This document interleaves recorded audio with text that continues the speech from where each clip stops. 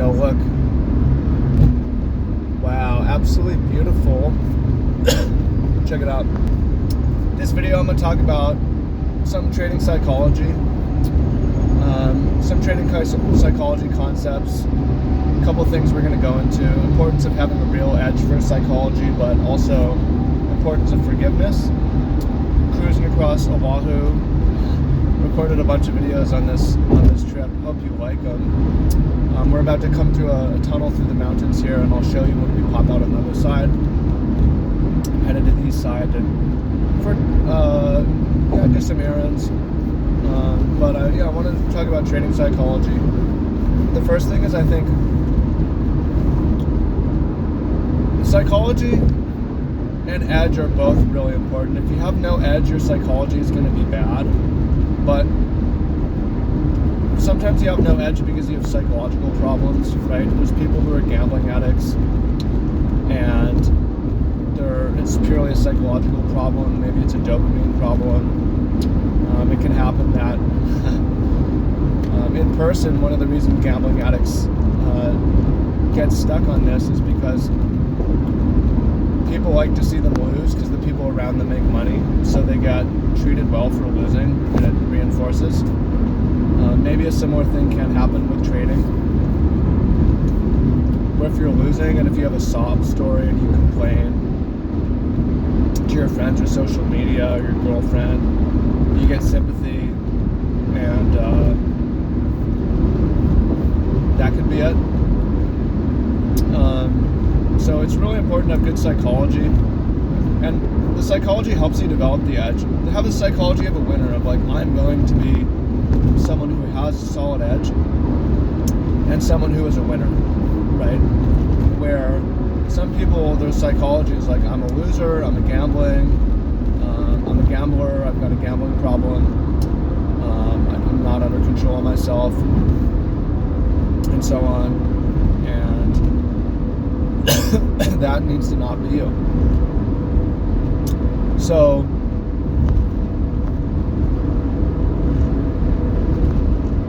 what I really want to get into, though, because we could talk generally about psychology, is forgiveness and short memory.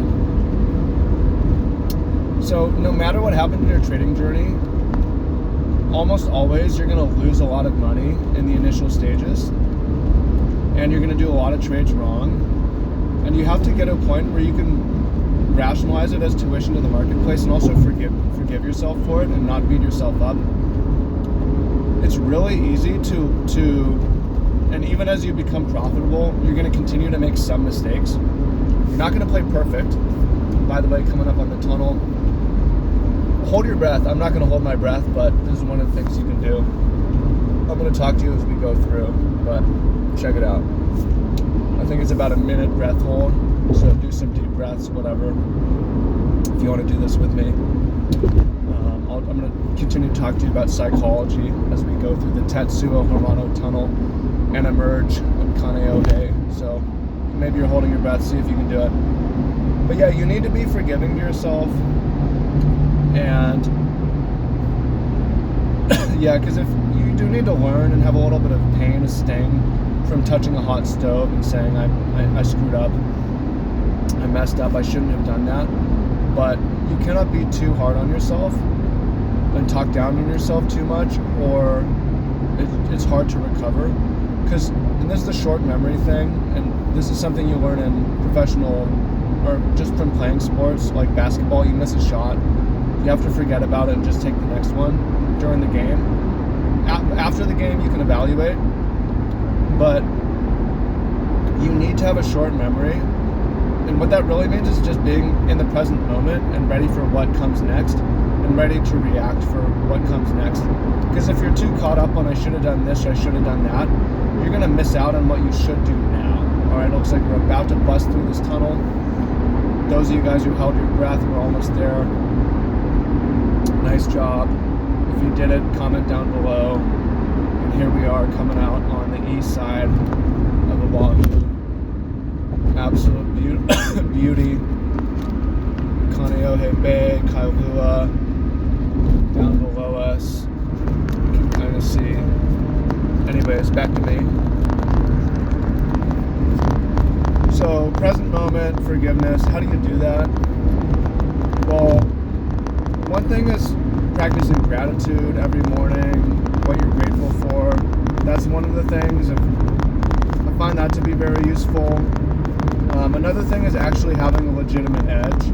It's easier to just get back focused on like, all right, I know I can make money. I just need to focus on my system and forget this. And then the last one would be, or another one would be breath work. So when you're stressed out, yo, look at this. Wow. Amazing. I see that once a week and it doesn't get old. So when you are stressed out and frustrated and mad at yourself, you're also having a physiological reaction. And that physiological reaction is going to prevent you from making good decisions. And you need to find a way to calm your nervous system. And you can always access that by breathing. It helps if you don't just do breathing, but maybe you go outside, go for a walk and focus on your breathing and reset. And the faster you can reset, the better. I mean, there's people who, I've probably been there, where you get on tilt and you're not able to get off tilt for months. And you're just a ball of stress for months and you're doing retarded stuff in the marketplace. Where one of the things that, as a professional, is improve your psychology is de-stressing yourself very quickly and getting back to a balance and forgetting, digesting and moving on and focusing on the present and the next opportunity. I can't tell you how many times that I didn't even trade the thing I was waiting for because I just fucked up and beforehand and depleted my capital and I didn't want to risk. And I didn't want to spend the time. I didn't have the mental capital. So it's really important to conserve and to not do the dumb things. But also, even if you do, to forget about them. And then when it's time to shoot your shot, shoot it. I will say that one of the ways that I've gotten way better at trading is I still take trades I shouldn't take, but I usually now exit them 5 minutes later instead of waiting to get stopped out. And I'm talking about medium time frame swing trades. So it's like I enter and I'm like, it moves against me and I think about it and I'm like, this isn't my A+ setup, it's kind of dumb. Let me exit. So that's been very useful and helpful. That's one of the ways I've grown that I'm proud of, is not being too attached, and like noticing mistakes and correcting them, where before it's like it's a mistake but I want to sit with it, and then it just caused me so much stress. So another thing psychologically that I learned is the longer you trade, the more your intuition is correct. Initially your intuition is going to be wrong a lot of the time, but you develop intuition by sticking with it and trading for a long time. So if I have a position on and I feel super uncomfortable, I listen to that, and it's a sign that I should maybe get out.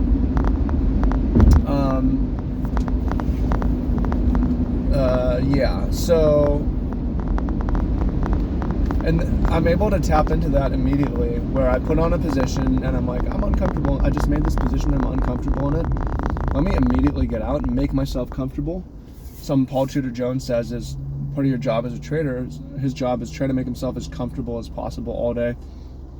Enjoy positions that are working for him, get out of positions that aren't working for him, make yourself feel good.